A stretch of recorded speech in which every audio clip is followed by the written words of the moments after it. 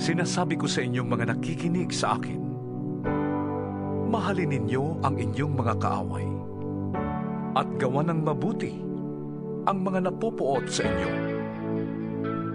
Pagpalain ninyo ang sumusumpa sa inyo at ipanalangin ang mga nang-aapi sa inyo. Kapag sinampal ka sa isang pisngi, iharap mo rin ang kabila. Kapag inagaw ang iyong balabal, huwag mong ipagkait ang iyong baro. Bigyan mo ang bawat nanghihingi sa iyo. At kung may kumuha ng iyong ari-arian, huwag mo nang bawiin pa ang mga iyon. Gawin ninyo sa iba ang ibig ninyong gawin nila sa inyo. Kung ang nagmamahal lamang sa inyo ang inyong mamahalin, ano pang gantimpala ang inyong hihintayin?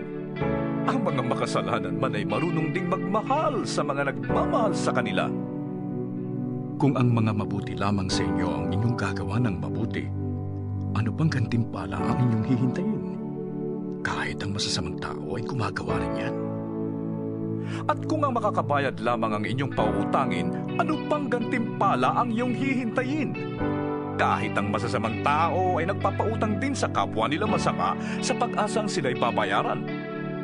Mahalin ninyo ang inyong mga kaaway at gumawa kayo ng mabuti. Magpautang kayo nang hindi umaasang kayo'y babayaran. Sa gayon, malaking gantimpala ang tatamuhin ninyo at kayo'y magiging mga anak ng kataas-taasang Diyos, sapagkat siya'y mabuti kahit sa masasama at sa mga hindi marunong tumanaw ng utang na loob. Maging mahabaking kayo na gaya ng inyong ama. Huwag kayong humatol at hindi kayo hahatulan. Huwag kayong magparusa at hindi kayo parurusahan ng Diyos. Patawarin ninyo ang inyong kapwa at kayo patatawarin din ng Diyos. Magbigay kayo at kayo bibigyan ng Diyos. Hustong takal, siksik, liglig at umaapaw pa ang ibibigay sa inyo.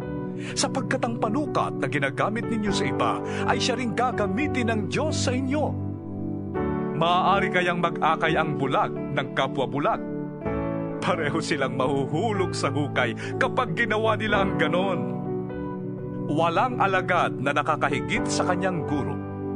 Ngunit kapag lubusang naturuan, ang alagad ay makakatulad ng kanyang guro. Bakit mo napapansin ang puwing ng iyong kapatid?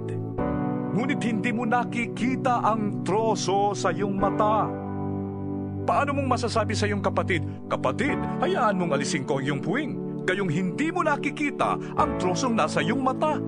Mapagkunwari. Alisin mo muna ang troso sa iyong mata nang makakita kang mabuti. Sa gayon, maalis mo na ang puwing ng iyong kapatid. Walang mabuting punong kahoy ang namumunga ng masama, at wala ring masamang puno ang namumunga ng mabuti.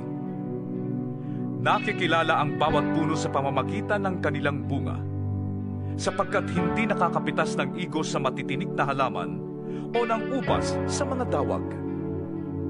Ang mabuting tao ay naglalabas ng mabuti mula sa kanyang pusong sagana sa kabutihan, samantalang ang masamang tao naman ay naglalabas ng masama mula sa kanyang pusong tigib ng kasamaan. Sapagkat kung ano ang nag-uumapaw sa puso, ay siyang sinasabi ng labi. Bakit ninyo ko tinatawag ng Panginoon, Panginoon? Gayong hindi naman ninyo tinutupad ang sinasabi ko.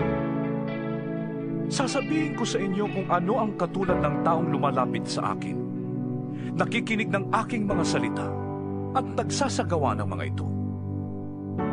Ang katulad niya ay isang taong humukay ng malalim at nagtayo ng bahay sa pundasyong bato. Nang bumaha at bumugso ang tubig sa bahay na yon, hindi na tinag ang bahay na itinayo, sapagkat matibay ang pagkakatayo nito. Ngunit ang nakikinig naman ng aking mga salita at hindi tumutupad nito ay katulad ng isang taong nagtayo ng bahay ng walang pundasyon. Nang bumaha at bumugso ang tubig sa bahay na yon, ito ay kaagad bumagsak at lubusang nawasak.